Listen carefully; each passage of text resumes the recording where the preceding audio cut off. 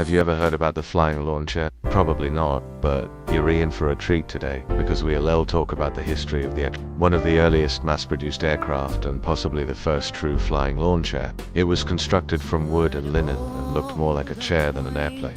It was also featured in several dogfights during World War I, so let's dive right in. The story of the Etrich Taube begins with its designer, a former artillery officer named Paul Yarnell, and his company, the Aero Club of the Rhineland. After the French had declared their intention to invade Belgium, the German government wanted to know if there was any way to stop them. The answer was found in the form of a glider that the British had built in 1909. The British had designed a biplane to carry 2 people and be able to fly up to 100 miles per hour, which was thought to be fast enough to intercept the French before they could enter Belgium.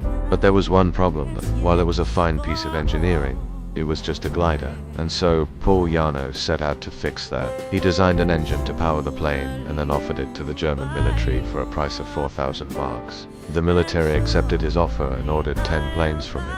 These planes would later become known as the Etrich Taube or Etrich Taube. When the planes were delivered, they were given to the newly formed group. The planes were used primarily as observation aircraft to relay information back to the German High Command. Since they were unarmed, they had no offensive capabilities, and so were vulnerable to enemy fire. But they were fast, reaching speeds of up to 86 miles per hour, and could fly much higher than any other aircraft at the time. This made them ideal for reconnaissance missions where they could observe the enemy without being detected.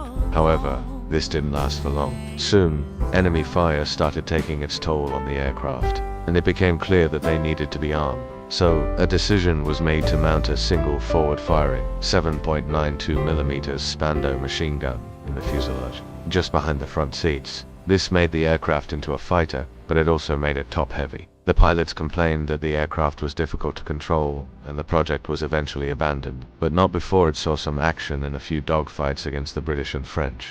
In one such engagement, an Etrich Taube, piloted by Max Hoffmann, spotted a British BE-2C above him and opened fire. The bullets hit the British plane and forced it to land.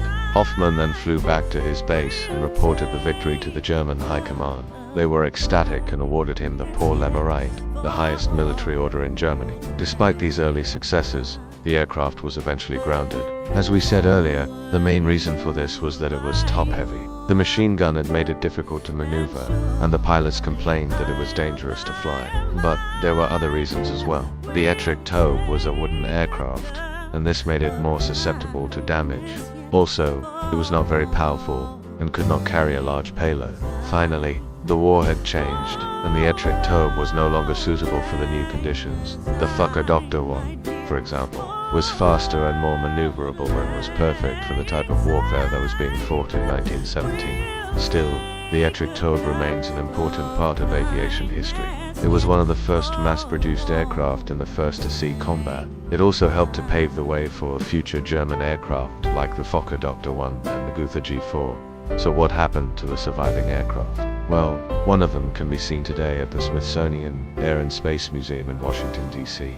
Another is on display at the Fleet Air Arm Museum in Yeovilton, England, and a third is in the Deutsches Museum in Munich. If you enjoyed the video, please leave us a thumbs up. We're trying to reach as many people as possible with our stories about aviation history. Thank you very much for watching. See you next time.